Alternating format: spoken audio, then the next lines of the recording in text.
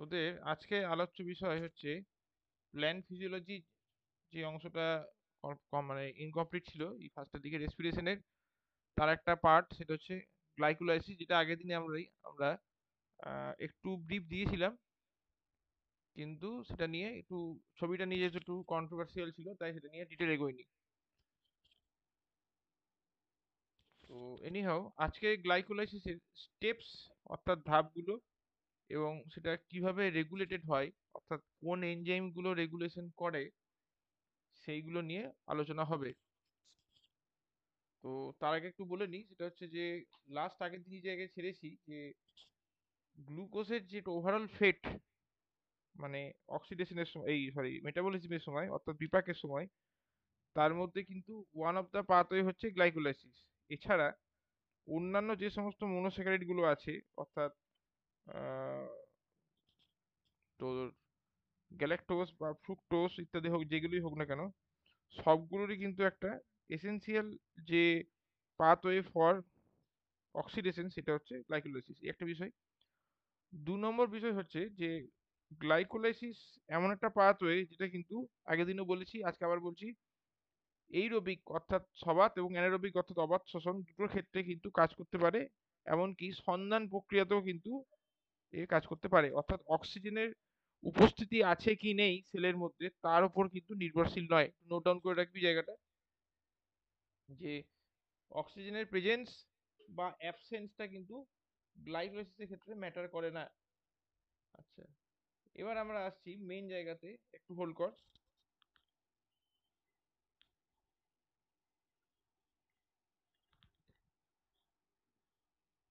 তো এখানে যখন আমরা গ্লাইকোলাইসিসটা পড়বো তখন কিন্তু দুটো ফেজে পড়বো, জাস্ট একটু ব্রিফ করে দিই শুরুতে। সেটা হচ্ছে 1 নম্বর ফেজ, একটা ফেজে আমরা এটিপি এর ব্যয় দেখব, মানে এটিপি ভাঙবে সোজা কথায়। তার জন্য কি আমরা বলে থাকি কি না, এক্সপেন্ডিচার ফেজ, এক্সপেন্ডিচার ফেজ, অর্থাৎ আমরা বলি না টাকা আমরা এক্সপেন্ড করছি, ব্যয় করছি, তাহলে এটিপি এখানে ব্যয় হচ্ছে, তাই একে বলা হচ্ছে এক্সপেন্ডিচার ফেজ, বা এর সঙ্গে আমরা অনেক সময় আগে লাগিয়ে দিই এনার্জি এক্সপেন্ডিচার ফেজ, বা এটাকে আমরা বলা হয়, বা আমরা বলি প্রিপারেটরি ফেজ বা প্রস্তুতি দশা। তোরা ঠিক করে পেতে পারিস প্রস্তুতি দশা হিসেবে। তো এখানে মোট টোটাল আমরা 5টা স্টেপ পেয়ে থাকি, যেখানে একটা 6C গ্লুকোজ ভেঙে দুটো 3C ট্রায়োসে পরিণত হবে। তাহলে 3টে কার্বন এদিকে, 3টে কার্বন এদিকে, টোটাল 6টা কার্বন। তাহলে এটা হচ্ছে আমরা বলি, একে বলছি প্রিপারেটরি ফেজ। প্রিপারেশন বা প্রিপারেটরি ফেজ বা আরেকটা উদ্দেশ্য হচ্ছে না, এই স্টেপটা পেরিয়ে গেলে ফার্দার কিন্তু উল্টো দিকে আর গ্লুকোজকে আমাদের সরাসরি ফিরে পাওয়ার কোনো রাস্তা নাই, সরাসরি মানে ডাইরেক্ট ফিরে পাওয়ার রাস্তা নাই।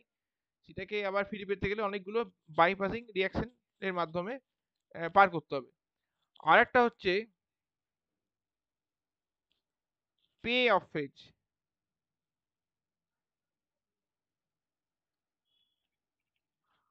এখানে এটিপি এর সংশ্লেষ ঘটে, অর্থাৎ আমরা এটিপি কে পাই। তার জন্যে অনেক সময় এটাকে আমরা বলে থাকি, যেহেতু এটিপি ফিরে পাচ্ছি তাই বলা হয় energy harvesting phase, harvesting phase. Harvesting মানে আমরা সোজা কথায় সংশ্লেষ করাকে বোঝাই বা সিনথেসিস করাকে বোঝাই। তো এখানেও কিন্তু আমরা 5টা স্টেপ পাবো, টোটাল 10টা স্টেপ। তো এখানে একটা শর্টকাট টেকনিক হচ্ছে কতগুলো জিনিস একটু খেয়াল রাখা, সেটা হচ্ছে 1310 খেয়াল রাখবি। অর্থাৎ 10টা স্টেপের মধ্যে 1 নম্বর, 3 নম্বর এবং 10 নম্বর, এই 3টে স্টেপ কিন্তু হচ্ছে ইরিভার্সেবল বা একমুখী। আর বাকি যে স্টেপগুলো আছে অর্থাৎ 2, 4, 5, 6, 7, 8, 9 এই সবগুলোই কিন্তু রিভার্সিবল ফেজ বা সরি রিভার্সিবল রিঅ্যাকশন অর্থাৎ উভমুখী বিক্রিয়া। তো 1, 3, 10 যেহেতু এই তিনটে স্টেপ যেহেতু একমুখী, তাই কিন্তু রেগুলেশন যেটা হয় অর্থাৎ রেগুলেশন বা নিয়ন্ত্রণ এই তিনটে ধাপের উপর বেস করে বা এই তিনটে স্টেপের উপর বেস করে হয়েছে। আচ্ছা, আমরা ফার্স্টে আসছি প্রিপারেটরি ফেজে। তাহলে স্টেপ 1 হচ্ছে প্রিপারেটরি ফেজ। তো এখানে গ্লুকোজ আমরা জানি 6টা কার্বন আর কি হেক্সোস শর্করা। তো গ্লুকোজকে আমরা যদি ক্লোজ চেন আকারে লিখি অর্থাৎ বদ্ধ শৃঙ্খল অবস্থায়, তাহলে দাঁড়াবে এরকম, যেখানে আমি একটা জাস্ট দেখাচ্ছি, বাকিগুলো তোরা স্ট্রাকচারটা না জানলেও হবে। এক্স্যাক্টলি 3, 4, এই খাঁজে 5, আর ওই উপরে আছে 6, CH2OH এই কন্ডিশনে হয়ে রয়েছে। তাহলে এইটা হচ্ছে 6 নম্বর পজিশন। তাহলে গ্লুকোজ নর্মালি যখন সেলের মধ্যে ঢুকছে তখন কিন্তু যে মাধ্যমে ঢোকে সেটা হচ্ছে, আমরা আগে বলেছি, এটা আলোচনা হয়েছে, সেটা হচ্ছে গ্লুট বা গ্লুকোজ ট্রান্সপোর্টার।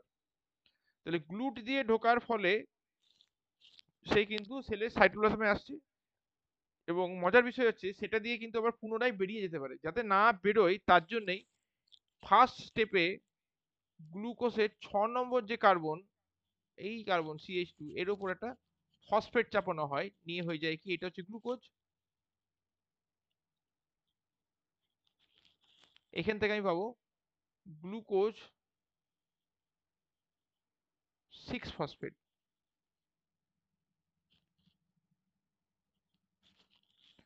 তাহলে 6 নম্বর পজিশনে ফসফেট, এই ফসফেটটাকে অনেক সময় বিভিন্ন টেক্সট বই এইভাবে রিপ্রেজেন্ট করে, পি দিয়ে এমনি করে গোল করে, সেটাও লেখা যেতে পারে পরীক্ষার খাতায় যদি তাদের ফাইনাল পরীক্ষায় এরকম প্রশ্ন থাকে। সেখানে কিন্তু লিখে দিতে হবে P equal to PO4 2 negative, অর্থাৎ P equal to PO4 2 negative, এটা কিন্তু লিখে দিতে হবে।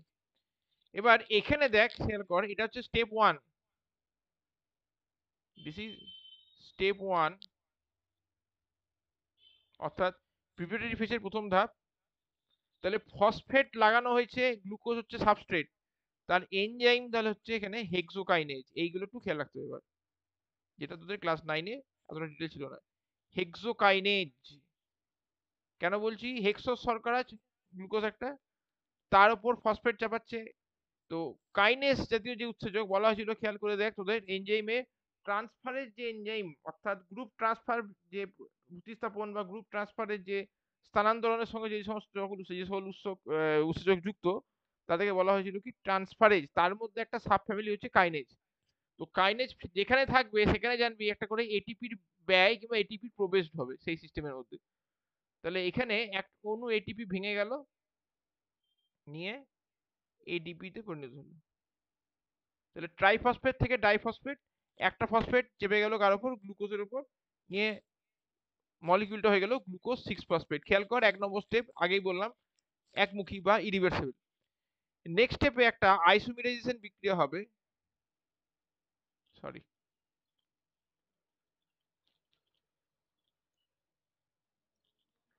একটা আইসোমেরাইজেশন বিক্রিয়া হবে, নিয়ে হয়ে যাবে ফ্রুক্টোজ 6 ফসফেট।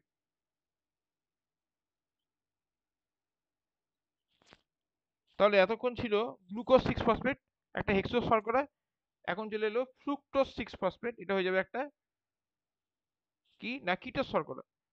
তো এখানে কিন্তু এটা হচ্ছে স্টেপ 2, এই বিক্রিয়াটা কিন্তু উভমুখী, দিস ইজ স্টেপ 2।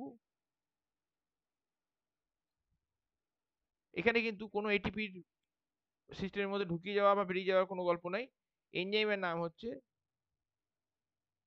ফসফো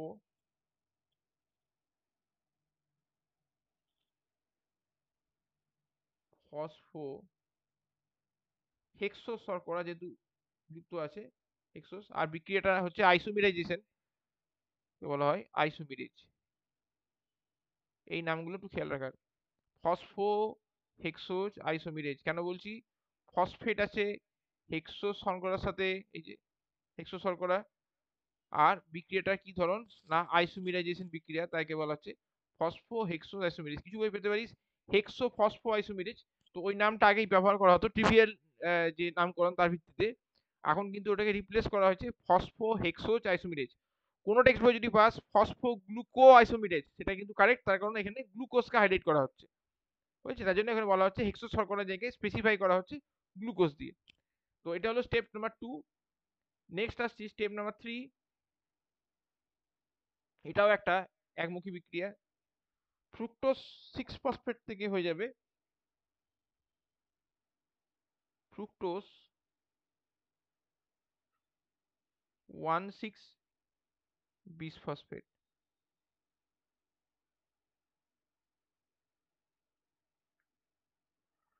তো এখানে দেখ ফ্রুক্টোজের 6 নম্বর পজিশনে ফসফেট মূলকটা ছিল, তাই 6 ফসফেট। এখানে আরেকটা ফসফেট চলে এলো 1 ফসফেট, অর্থাৎ 1 নম্বর আর 6 নম্বর পজিশনে ফ্রুক্টোজ যে শর্করা, আমরা যদি ফ্রুক্টোজ শর্করা দেখাই পাশে, তাহলে 1 নম্বর বাইরে, এখানে 2, এখানে 3, এখানে 4, এখানে 5, আর 6 নম্বরটা হচ্ছে বাইরে, ওই একই রকম গ্লুকোজের মতন। তাহলে এই 1 নম্বরে ফসফেট আর 6 নম্বরে ফসফেট, তো দুটো ভিন্ন একই যৌগের সাথে দুটি ভিন্ন স্থানে দুটো ফসফেট লেগে আছে বলে একে বলা হচ্ছে বিসফসফেট। যদি একই জায়গায় লেগে থাকতো, মানে পরপর দুটো ফসফেট লেগে থাকতো, তাহলে কি হতো কি না ডাইফসফেট। তো যেহেতু একই যৌগের সাথে দুটো ভিন্ন জায়গায় দুটো ফসফেট মূলক লেগে আছে, তাকে বলা হচ্ছে ফ্রুক্টোজ 1,6-বিসফসফেট। তাহলে এখানে একটা ফসফেটের আবার এখানে আগমন ঘটেছে। তাহলে একইভাবে 3 নম্বর স্টেপে, স্টেপ 3, এখানে আবার একটা এটিপি ব্যয় হবে, এটিপি থেকে ভেঙে এডিপি হলো। এনজাইমটার নাম হচ্ছে ফসফেট যুক্ত ফ্রুক্টোজ, তাই নাম করছি ফসফো ফ্রুক্টোজ বা ফ্রুক্টো কাইনেজ।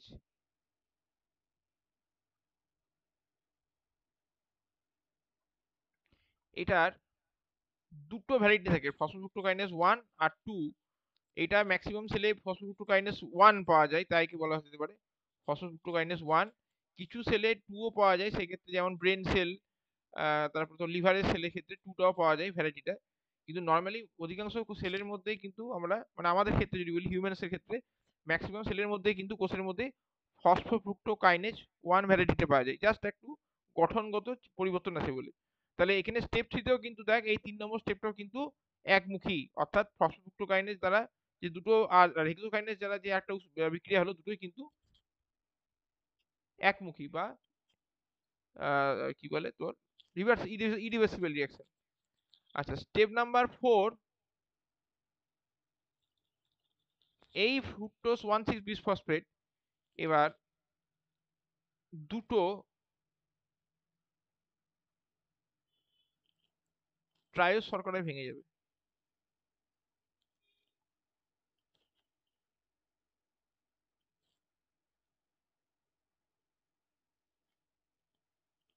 এটা এরকম করে দেখানো হচ্ছে, দুটো যেহেতু দুদিকে ভাঙছে তাই একসাথে এরকম করে দেখানো হচ্ছে।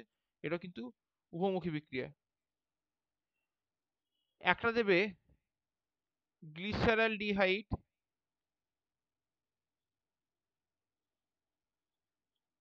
3 ফসফেট, পি থেকে ফসফেট থেকে আমি পি লিখছি এভাবে শর্টে। আর একটা দেবে ডাই হাইড্রক্সি অ্যাসিটন ফসফেট। খেয়াল কর ফ্রুক্টোজটা কি ছিল তখন, একটা হেক্সো শর্করা, এখানে গ্লিসারালডিহাইড 3 ফসফেট, অর্থাৎ এখানে কিন্তু ইয়ে রয়েছে, কার্বন রয়েছে 3C কম্পাউন্ড, যেহেতু তোরা ফার্স্ট সেমিস্টারে পড়েছিস ওই জায়গায় যাচ্ছি না। এমনকি ডাই হাইড্রক্সি অ্যাসিটনও কিন্তু 3টে কার্বন যুক্ত যৌগ, তাহলে 3 দুগুণে 6 আলটিমেটলি ফ্রুক্টোজ 1,6-বিসফসফেটকে কিন্তু বিপরীত বিক্রিয়ায় কি করছে না চিহ্নিত করছে। তো এখানে যেহেতু 3 নম্বর ফসফেট অর্থাৎ গ্লিসারলডিহাইডের 3 নম্বর কার্বনের সাথে ফসফেট লেগে আছে, তাহলে সেই জন্য একে বলা হচ্ছে কি গ্লিসারলডিহাইড 3 ফসফেট।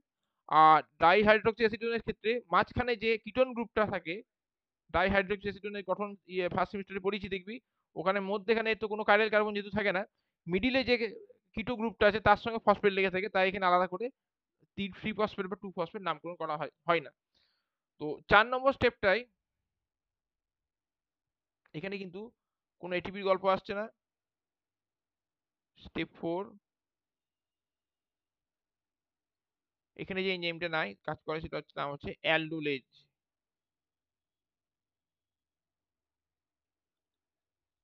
হয়েছে, এই উল্টো দিকে যদি গ্লিসারলডিহাইড দুটো সুগারকে নিয়ে, দুটো সুগার থেকে একটা সুগার তৈরি হচ্ছে, অ্যালকোহলিক গ্রুপের যে কনডেনসেশন বা ঘনীভবন, তোরা পড়বি কেমিস্ট্রি থেকে, বলা হয় অ্যালডোল কনডেনসেশন বিক্রিয়া আর কি। তো অ্যালডোল কনডেনসেশন বিক্রিয়ার ওই নামকরণের ভিত্তিতে এখানে এনজাইমটার নাম দেওয়া হয়েছে অ্যালডোলেজ। তো অ্যালডোলেজ কিন্তু একটি উভমুখী বিক্রিয়াকে তো ক্যাটালাইজ করতে সক্ষম, অর্থাৎ ফ্রুক্টোজ 1,6 বিসফসফেটকে যেমন গ্লিসারলডিহাইড 3 ফসফেট আর ডাইহাইড্রোক্সি অ্যাসিডন ফসফেটে ভাঙতে পারে, ঠিক একইভাবে ওই দুটোকে একসাথে যুক্ত করেও কিন্তু ফ্রুক্টোজ 1,6 বিসফসফেট এ পরিণত করতে পারে। এবার স্টেপ 5-এ গ্লিসারলডিহাইড 3 ফসফেট আর ডাইহাইড্রোক্সি অ্যাসিডন ফসফেটের মধ্যে একটা উভমুখী বিক্রিয়া ঘটে। এটা হচ্ছে স্টেপ 5।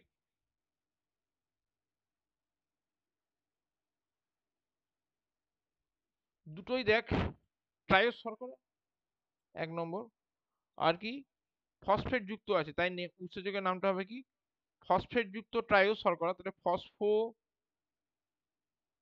ট্রায়োজ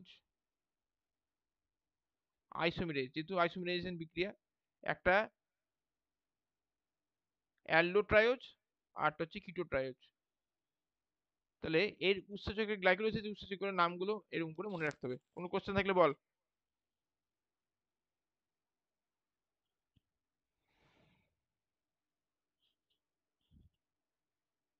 হ্যালো।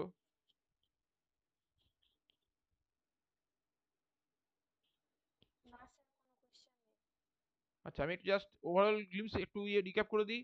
গ্লুকোজ সেলের মধ্যে ঢুকছে গ্লুকোজের মাধ্যমে, সেটা কি হচ্ছে না 6 নম্বর পজিশনে ফসফোরিলেশন হচ্ছে, অর্থাৎ ফসফর যুক্ত হচ্ছে 6 নম্বর পজিশনে। এ হয়ে যাচ্ছে গ্লুকোজ 6 ফসফেট এনজাইমের কি নাম হেক্সোকাইনেজ, যেখানে এক অণু এটিপি ব্যয় হয়ে একটা এটিপি উৎপন্ন হচ্ছে।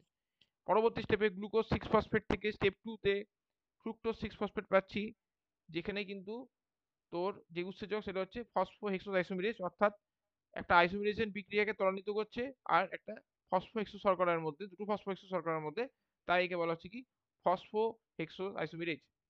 নেক্সট স্টেপ 3-তে ফ্রুক্টোজ 6 ফসফেট কনভার্ট হয়ে যাচ্ছে ফ্রুক্টোজ 1,6 বিসফসফেটে, এনজাইম হচ্ছে ফসফোফ্রুক্টোকাইনেজ। একইভাবে এখানে একটা অণু এটিপি ব্যয় হচ্ছে। তো যেহেতু ফসফোফ্রুক্টোকাইনেজের দুটো ভ্যারাইটি আমরা পাই জীবন্ত কোষের মধ্যে, 1 আর 2, অধিকাংশ কোষের ক্ষেত্রে 1টা পাই বলে আমরা 1টাকে ডিনোট করবো। কিছু কোষের ক্ষেত্রে, বিশেষ করে অ্যানিমেলসের ক্ষেত্রে 2টাও কিছু ক্ষেত্রে পাওয়া যায় বলে জাস্ট 2টা নামটা জেনে রাখলাম। অধিকাংশ উদ্ভিদ ক্ষেত্রে ক্ষেত্রে ক্ষেত্রে কিন্তু ফসফোফ্রুক্টোকাইনেজ 1টাই পাওয়া যায়। নেক্সট স্টেপে ফ্রুক্টোজ 1,6 বিসফসফেট পরিণত হচ্ছে গ্লিসারলডিহাইড 3 ফসফেট এবং ডাইহাইড্রোক্সি অ্যাসিটোন ফসফেটে স্টেপ 5-এ, যার উৎসেচক হচ্ছে অ্যালডোলেজ। যেহেতু অ্যালডোল ঘনীভবন বিক্রিয়াকে এখানে ত্বরান্বিত হয় উল্টো দিকের বিক্রিয়াটা, অর্থাৎ দুটো ট্রায়োস শর্করা, এই ট্রায়োস শর্করা দুটো যুক্ত হয়ে ফ্রুক্টোজ 1,6 বিসফসফেট পেতে পারে। তো থার্মোডাইনামিক বা তাপগতিবিদ্যার দিক থেকে এই বিপরীত বিক্রিয়াটা বেশি ফেভারেবল হওয়ার জন্য অ্যালডোলেজ নামটা দেওয়া হয়েছে। তো তাও এদিকের বিক্রিয়াটা কেন হয় পরে যদি কখনো সুযোগ পাই বলা হবে। নেক্সট স্টেপ 5-এ হচ্ছে গ্লিসারলডিহাইড 3 ফসফেট থেকে ডাইহাইড্রোক্সি অ্যাসিটোন ফসফেট, যে তার নিজেদের মধ্যে রূপান্তর, অর্থাৎ একটা অ্যালডোস শর্করা, অর্থাৎ গ্লিসারলডিহাইডটা হচ্ছে অ্যালডোস ট্রায়োজ এবং ডাইহাইড্রোক্সি অ্যাসিটোনটা হচ্ছে একটা কিটোট্রায়োস, তাদের মধ্যে নিজস্ব পরস্পর বিনিময় হচ্ছে বলে, অর্থাৎ আইসোমেরাইজেশন বিক্রিয়া হচ্ছে বলে একে বলা হচ্ছে ফসফেট যুক্ত ট্রায়োজের আইসোমেরেজ, অর্থাৎ ফসফো ট্রায়োজ আইসোমেরেজ। তাহলে এটা হলো স্টেপ 1 বা প্রিপারেটরি ফেজ বা ফেজ 1 বলা যেতে পারে। এখানে স্টেপ 1 না করে ফেজ 1ও বলা যেতে পারে, অসুবিধা নেই। তো দেখ এখানে তাহলে 1 নম্বর আর 3 নম্বর স্টেপটা একটু অন্য কালে যদি ডিনোট করি,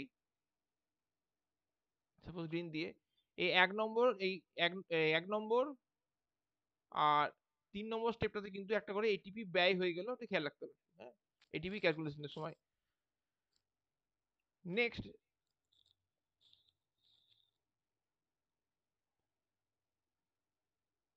আমরা আসছি পে অফ ফেজের ক্ষেত্রে। তো গ্লিসারলডিহাইড 3 ফসফেট একটু ওই 4 নম্বর স্টেপ থেকে টানছি।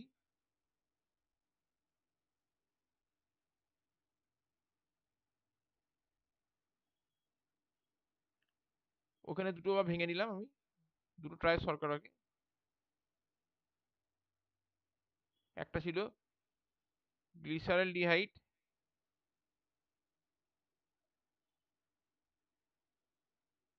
3 ফসফেট, আরটা হচ্ছে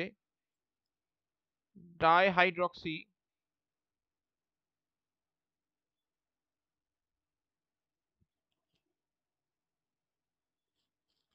1 ফসফেট।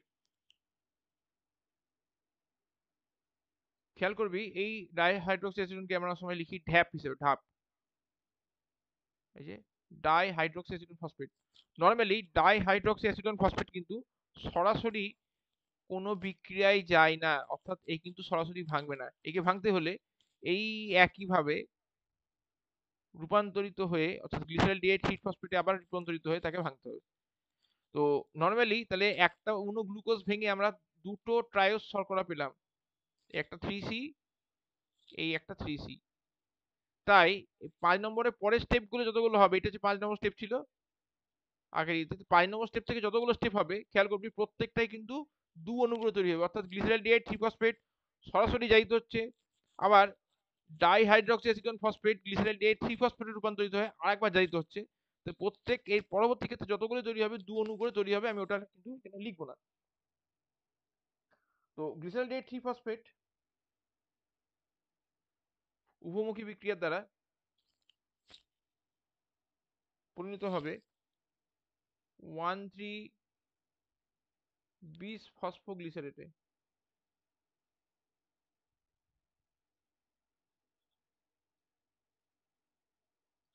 1,3-বিশ ফসফোগ্লিসারেটে। এবার এখানে স্টেপগুলো একটু করে পরিবর্তন হবে, মনে রাখার বিষয়টা। এটা হচ্ছে স্টেপ 6। স্টেপ 6 এনজাইমের নামটা কিন্তু হবে সাবস্ট্রেটের নামের উপর ভিত্তি করে, অর্থাৎ গ্লিসারলডিহাইড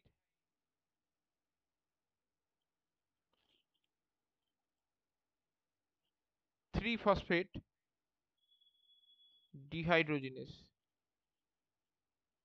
এবার ডিহাইড্রোজিনেস উৎসেচক যেখানে যেখানে পাবি পরবর্তী ক্ষেত্রে সব জায়গায় জানবি এনএডিএইচ কিংবা এফএডি কি আছে, যুক্ত আছে। তার কারণটা হচ্ছে যখন ডিহাইড্রোজেনেস এনজাইমটা আমরা ইউজ করছি বা সেল ইউজ করছে, তখন কিন্তু সেখানে ইলেকট্রনের যে ট্রান্সফার, অর্থাৎ ইলেকট্রনের যে স্থানান্তর, তার কিন্তু একটা বিষয় উঠে আসে।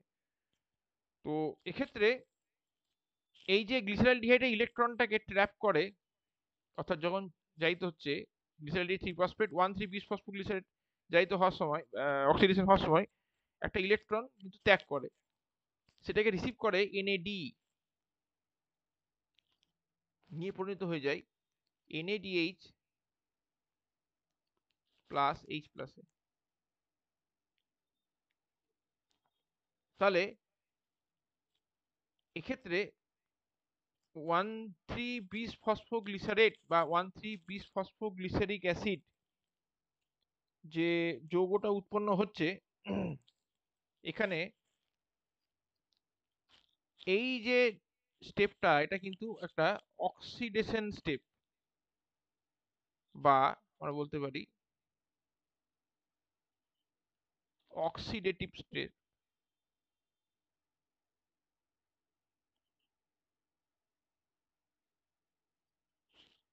এটা হলো স্টেপ নাম্বার 6। নেক্সট স্টেপে আবার একটা উভমুখী বিক্রিয়া ঘটবে, নিয়ে 1,3-বিশ ফসফোগ্লিসারাইড পরিণত হবে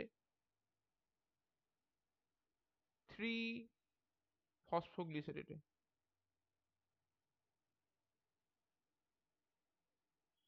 টেক্সট বই তোরা গ্লিসারেটের জায়গায় গ্লিসারিক অ্যাসিড পেতে পারিস, ওটা হচ্ছে জলীয় অংশে, এটা হচ্ছে ডিহাইড্রেটেড অবস্থায় অর্থাৎ নির্জলীয় ঘন অবস্থায়। তো দেখ খেয়াল কর এখানে দুটো ফসফেট ছিল, 1 আর 3, তাহলে সেখানে 3 চলে এসছে শুধু, তাহলে 1 নম্বর ফসফেটটা নেই, তাহলে এটাই ফসফেটটাকে গ্রহণ করবে কে? Step number 7-এ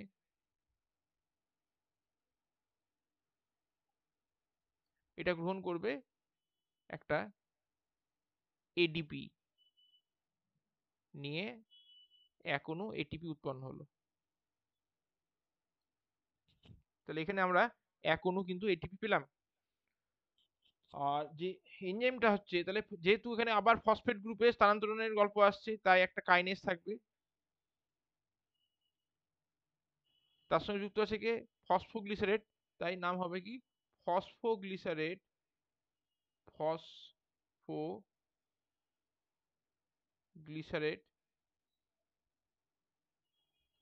kinase. খেয়াল রাখিস, আবার বলছি, এক অণু এটিপি উৎপন্ন হয়েছে, তাহলে এটিপি স্থানান্তরণের গল্প আসছে, তাই এনজাইমের নাম হচ্ছে, মেন নাম হচ্ছে কাইনেজ। সাবস্ট্রেট কি ফসফোগ্লিসারেট, বিশটা নয় কিন্তু, মেন হচ্ছে ফসফোগ্লিসারেট বা ফসফোগ্লিসারিক অ্যাসিড, সেখান থেকে আসছে ফসফোগ্লিসারেট কাইনেজ। তাহলে এটা হচ্ছে স্টেপ নাম্বার 7। নেক্সট স্টেপে আবার একটা উভমুখী বিক্রিয়া ঘটবে, কিন্তু এখানে জাস্ট একই অণুর মধ্যে অর্থাৎ ফসফোগ্লিসারেটের মধ্যে ফসফেট যে অণুটা রয়েছে, সরি ফসফেট যে মলিকিউলটা রয়েছে, গ্রুপটা আছে, সেটারই নিজের মধ্যেই স্থানান্তরণ, তাহলে সেটা হয়ে যাবে 2 ফসফোগ্লিসারেট, ফসফোগ্লিসারেট।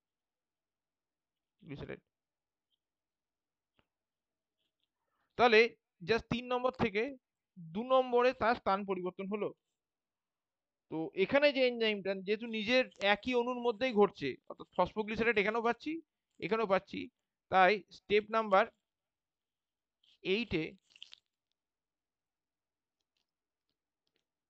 অন্য কিছু উৎপন্ন হওয়ার জায়গা আসবে না, জাস্ট এনজাইমটা হবে কি সাবস্ট্রেটের নাম ধরে, তাহলে ফসফোগ্লিসারেট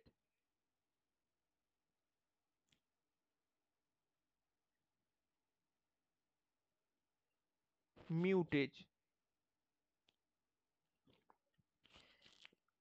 তো এখানে যদি বলি স্যার মিউটেজ নামটা কেন হলো, মিউটেশন কথাটা পড়েছিস, পরিব্যক্তি, তাহলে ওখানে মিউটেশনের ক্ষেত্রে কি হয়, কিছুটা পরিবর্তন ঘটে, সেটা জিনের হোক বা যাই হোক না কেন।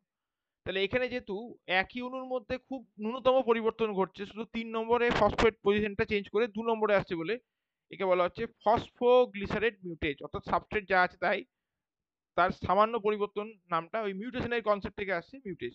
তাহলে স্টেপ 8 হয়ে গেল। স্টেপ 9টা কিন্তু খুব ভাইটাল, এখানে আবার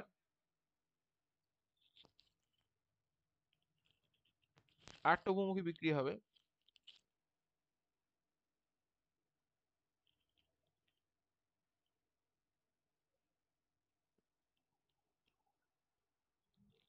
নিয়ে এখান থেকে উৎপন্ন হবে ফসফোএনল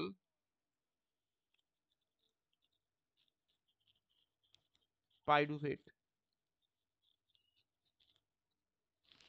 এনলিক বিক্রিয়া, তাই স্টেপ 9-এ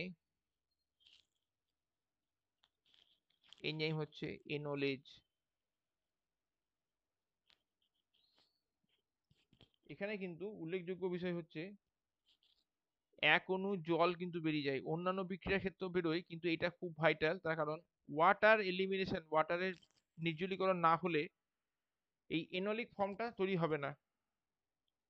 আর পাইরুভেট মলিকিউলটা যেটা রয়েছে সেটা কিন্তু এই ফসফেট যুক্ত এনল অণুর সাথে যুক্ত হবে না কোনোভাবেই, তাহলে ফসফেটও আছে এনলও আছে আবার পাইরুভেটও আছে, তো সেখানে কিন্তু ওই এটা তখনই সম্ভব যখন ফসফোগ্লিসারিক অ্যাসিড থেকে এক অণু জল বেরিয়ে যাবে, নির্জলীকরণ হচ্ছে, এই এনজাইমটার নাম হচ্ছে কিন্তু এনোলেজ।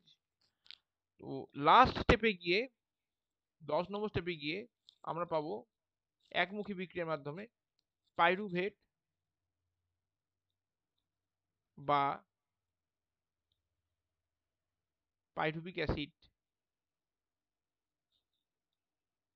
এটা কিন্তু একটা 3C অর্থাৎ 3 কার্বন যুক্ত যৌগ। তো খেয়াল করে দেখ এখানে একইভাবে শুধু পাইরুভেটটা পাচ্ছি, তাহলে এনলটা বেরিয়ে গেছে, ফসফেটও বেরিয়ে গেছে, তার মধ্যে উল্লেখযোগ্য বেশি হচ্ছে ফসফেটটা। তাই আমরা এক্ষেত্রে এনলটাকে গুরুত্বটা কম দিয়ে 10 নম্বর স্টেপে কি করি, 8 অণু এটিপি এখান থেকে উৎপন্ন হবে, এটিপি থেকে এটিপি উৎপন্ন হবে। ওই যে ফসফেটটা নিয়ে নিয়েছে ওটাকে বেশি গুরুত্ব দিই, তাই আর কোনো এটিপি তৈরি হবে। তাই এখানে 7 নম্বর স্টেপে তৈরি হয়েছিল, আর এখানে 10 নম্বর স্টেপে তৈরি হলো। তাহলে এনজাইমটা হবে কি, পাইরুভেট, এখন পাইরুভেট উৎপন্ন হচ্ছে, এখানেও পাইরুভেট আছে, আর এটিপি যেহেতু এখানে সঙ্গে সহযুক্ত রয়েছে অর্থাৎ এটিপির গল্প আসছে এখানে, তাই এখানেও নাম হবে কি, পাইরুভেট কাইনেজ। তাহলে ওভারঅল আমরা খেয়াল কর, এই গ্লিসারলডিহাইড 3 ফসফেট থেকে সরাসরি 2 অণু এটিপি পেলাম, এই এখানে একটা আর এখানে একটা। অন্যদিকে এই এনএডিআই যেটা জারিত হচ্ছে সেটা কিন্তু পরবর্তী ক্ষেত্রে ইলেকট্রন ট্রান্সপোর্ট চেনের মাধ্যমে জারিত হবে, কোথায়, মাইটোকন্ড্রিয়ার ভেতরে। গ্লাইকোলাইসিসের টোটাল যে 10টা স্টেপ সেখানে কিন্তু খাটে কোথায় কোথায় ঘটবে, সাইটোপ্লাজমে। বারবার বলছি এটা কিন্তু গ্লাইকোলাইসিস, গ্লাইকোলাইসিস ঘটবে কোথায়, সাইটোপ্লাজমে। এবার এখানে একটা বিষয় বলার, সেটা হচ্ছে দেখ, প্রিভেটারি ফেজের ক্ষেত্রে বা যেটা এনার্জি এক্সপেন্ডিচার বলেছিলাম, অর্থাৎ এনার্জি ক্ষয় হয়ে গেছে, ব্যয় হয়ে গেছে, সেখানে 2 অণু এটিপি ব্যয় হয়ে গেছিল কোথায়, 1 আর 3 নম্বর স্টেপে। কিন্তু এখানে দেখ 7 নম্বর আর 10 নম্বর স্টেপে, অর্থাৎ পে অফ মানে আমি এবার ফিরে পাচ্ছি, পে অফ মানে ফিরে পাওয়া বা এনার্জি গেন বা এনার্জি হারভেস্টিং। তাহলে এখানে কিন্তু আমরা সেই 2 অণু এটিপি কিন্তু যেন ফিরে পেয়ে যাচ্ছি। কিন্তু মজার বিষয় হচ্ছে, যদি আমরা এটিপি জায়গায় আসি, আমি বলে দিই নেক্সট পেজে, নেক্সট স্লাইডে আসছি, এটিপির ক্যালকুলেশনে যখন আমরা আসবো তখন কিন্তু এই এনএডিএস টাকেও কিন্তু ধরতে হবে। উপরন্তু গ্লিসারলডিহাইড 3 ফসফেট একবার জারিত হলো, পরবর্তী ক্ষেত্রে পরবর্তী স্টেপে ডাইহাইড্রক্সি অ্যাসিটোন ফসফেট আবার জারিত হবে। তাহলে কিন্তু ওভারঅল প্রত্যেকটা ধাপে 2 অণু করে এটিপি উৎপন্ন হওয়া মানে দুটো ধাপে 2 দুগুণে 4 অণু এটিপি উৎপন্ন হওয়া। বল, কারো কিছু কোশ্চেন থাকলে বল, আমি 2 মিনিট থামবো এখানে।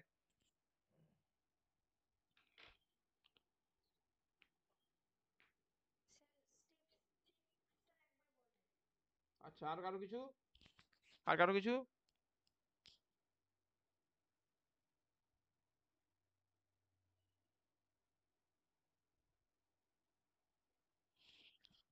স্টেপ নম্বর 6টা সেটা হচ্ছে পে অফ ফেজের শুরু স্টেপ। গ্লিসারলডিহাইড 3 ফসফেট অর্থাৎ 3 কার্বন যুক্ত গ্লিসারলডিহাইড 3 ফসফেট, গ্লিসারলডিহাইড 3 ফসফেট ডিহাইড্রোজেনেস উৎসেচকের দ্বারা একটা অক্সিডেটিভ স্টেপ পার করে চলে আসবে 1,3 বিস ফসফোগ্লিসারেট বা 1,3 বিস ফসফোগ্লিসারিক অ্যাসিডে। তো এর যে গ্লিসারলডিহাইড 3 ফসফেটের যে ইলেকট্রনটা সেটা গ্রহণ করবে এখানে এনএডি, নিয়ে পরিণত হবে এনএডিএইচ প্লাস এইচ প্লাসে। কাজে কাজে ওই যে স্টেপটা, অর্থাৎ ইলেকট্রন গ্রহণ ছেড়ে দেওয়া, ত্যাগ করার বা ইলেকট্রন গ্রহণ করা, ওই স্টেপটাকে আমরা বলছি অক্সিডেটিভ স্টেপ অফ গ্লাইকোলাইসিস। এটা কিন্তু খেয়াল করবি এখানে কিন্তু যে 6 নম্বর স্টেপটা, এটা কিন্তু অক্সিডেশনকে সরাসরি দেখানো যায়। দেখ গোটা 10টা রিয়েকশনের মধ্যে সেই গ্লুকোজের অক্সিডেশনই চলছে, কিন্তু এখানে কিন্তু অক্সিডেশনের প্রত্যক্ষ সরাসরি প্রমাণ পাওয়া যায় বলে এটাকে আমরা কিন্তু মেন অক্সিডেটিভ স্টেপ এখানে বলে থাকি। আচ্ছা, এই জায়গায় একটা জিনিস একটু বলে দিই, সেটা হচ্ছে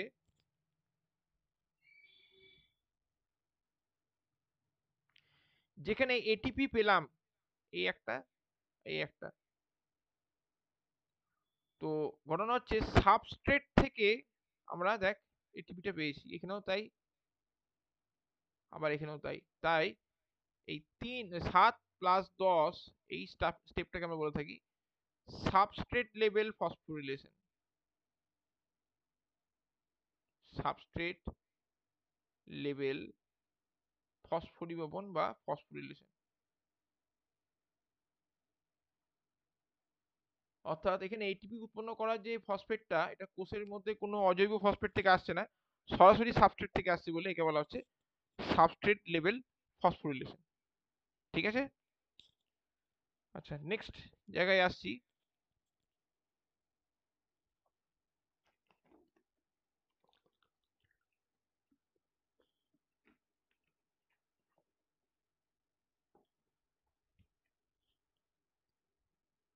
এটিপি ক্যালকুলেশন আর রেগুলেশন, সরি। তো হ্যালো, দুটো স্টেপে বলতে পারি। এক নম্বর হচ্ছে ডাইরেক্ট সরি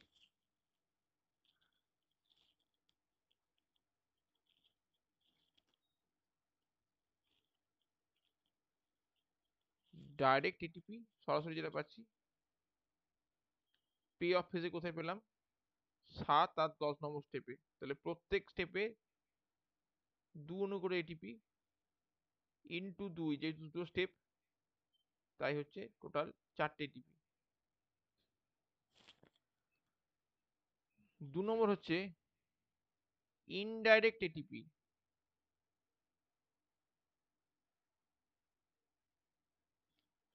এটা পাচ্ছি কার কাছ থেকে? NADH এর কাছ থেকে। NADH যখন ETS এর মধ্যে দিয়ে যাবে, ETS এর মধ্য দিয়ে যাবে,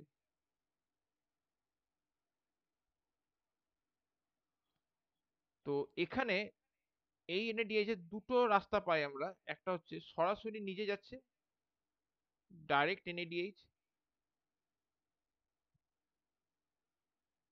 আগের হিসেবে বলা হতো 3টে, এখন বলা হয় 2.5 ATP।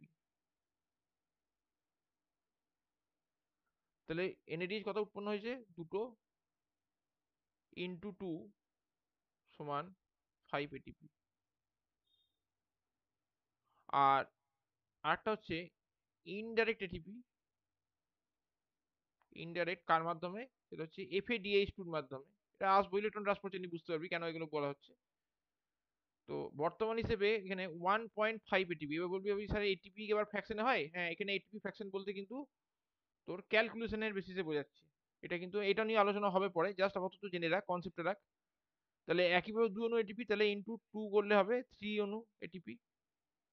তাহলে কোন দিকে যাচ্ছে তার উপর ডিপেন্ড করছে, সরাসরি NADH এর মাধ্যমে যাচ্ছে নাকি FADH2 এর মাধ্যমে। এটা কিন্তু ঘটছে মাইটোকন্ড্রিয়ায়। মাইটোকন্ড্রিয়ায়। এবার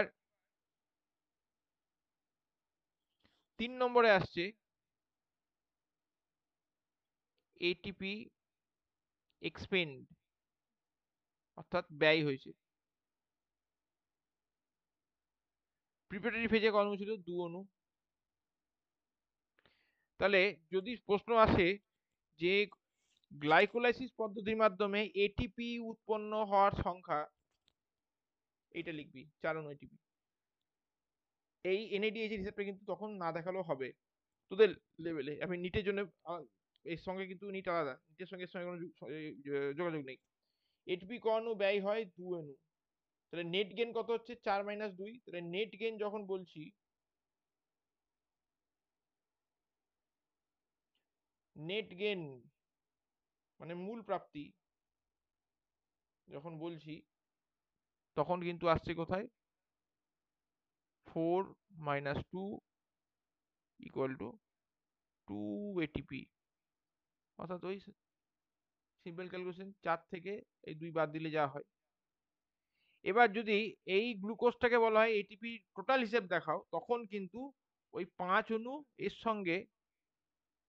সঙ্গে +5 যুক্ত হবে, অথবা এই +3। তাহলে যদি 5 যুক্ত হয় তাহলে হবে 7 এটিপি, আর যদি 3 যুক্ত হয় তাহলে হবে 5 এটিপি। এটা কিন্তু তোদের জাস্ট কনসেপ্ট আমি দিয়ে রাখলাম, যদি কোনো জায়গায় পা যাতে ঘাবড়ে না যাস।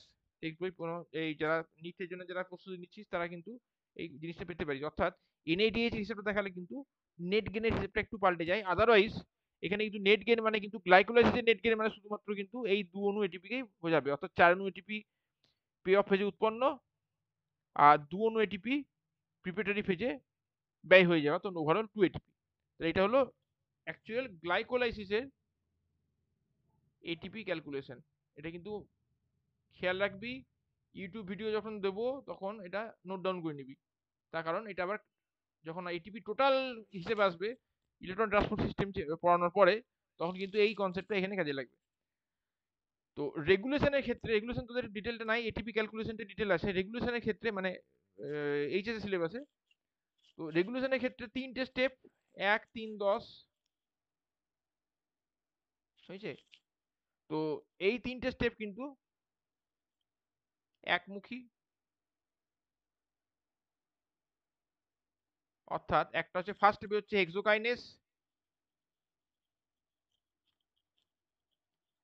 3 নম্বর স্টেপে হচ্ছে পিএফকে, শর্টে আমরা লিখি PFK1 অর্থাৎ ফসফোফ্রুক্টোকাইনেস, আর লাস্টে হচ্ছে পাইরুভেট কাইনেস। তাই 3টেই কিন্তু কাইনেস, খেয়াল করলি এখানে একটা কিন্তু কমন, অর্থাৎ এমসিকিউর জন্য কিন্তু আইডিয়াল প্রশ্ন, যে কমন গ্লাইকোলাইসিসের রেগুলেশনের স্টেপগুলোর মধ্যে কমন এনজাইমের প্রপার্টি কি, সেটা হচ্ছে অল থ্রি আর কাইনেস এনজাইম।